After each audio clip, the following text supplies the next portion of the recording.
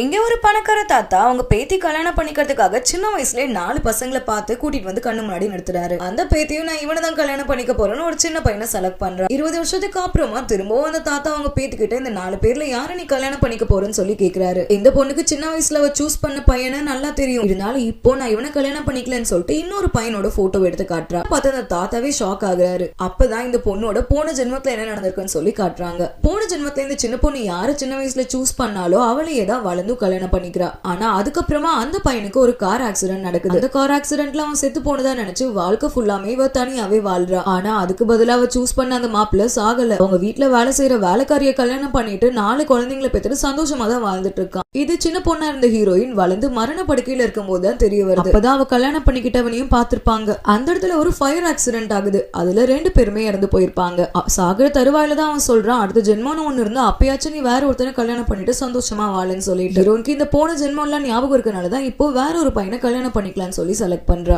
இதே மாதிரி நிறைய ட்விஸ்டான கதையெல்லாம் பாக்குறதுக்கு மறக்காம சேனலை சப்ஸ்கிரைப் பண்ணுங்க. தேங்க்யூ.